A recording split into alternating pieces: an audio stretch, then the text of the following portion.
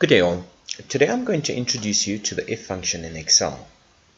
What the if function does, it essentially checks if a condition is met and it returns a value if it's true and a different value if it's false. So what I've done, I've set up two practical examples to take you through. So in the first example, we've got examination results. We've got the student's name, the mark they obtained, and we need to indicate whether the objective has been achieved or not. So we will assume that a 50% represents an objective that's achieved. So we will type in our formula equals to if, and automatically you see the components of the formula visible. So we need to put in a logical test. And our logical test would be the mark obtained, which is B4, is greater than or equal to 50%. So if the value is true, we will insert achieved,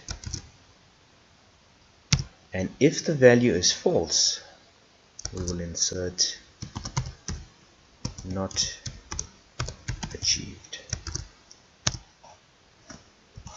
So as you can see, Tom had 55% and it's achieved. If we copy that down, you will see it automatically indicates achieved or not achieved based on the percentage obtained.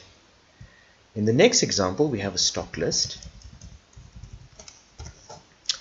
and I've got an indication of the quantity stock on hand as well as the safety stock levels. So if the stock on hand is less than the safety stock level, which represents the minimum stock that we should be keeping on site at any given time, then we need to reorder. If not, if the stock on hand is greater than the safety stock, then we do not need to reorder. So I'm going to put in a simple yes or no. So to do this, we bring in our formula. And our logical test would be if the stock on hand is greater than the safety stock. So I'm referring the specific cell for stock on hand and safety stock as these change. So if the stock on hand is greater than safety stock, if this is true, return a no. And if this is false, return a yes.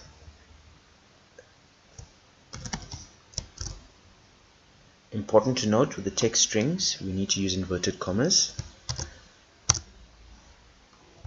So we copy that down,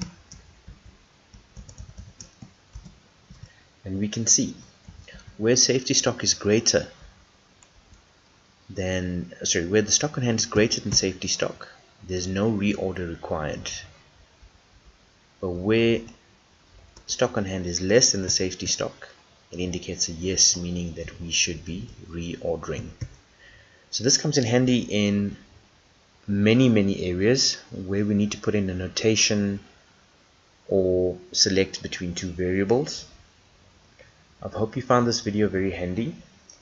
Thank you for watching, and goodbye.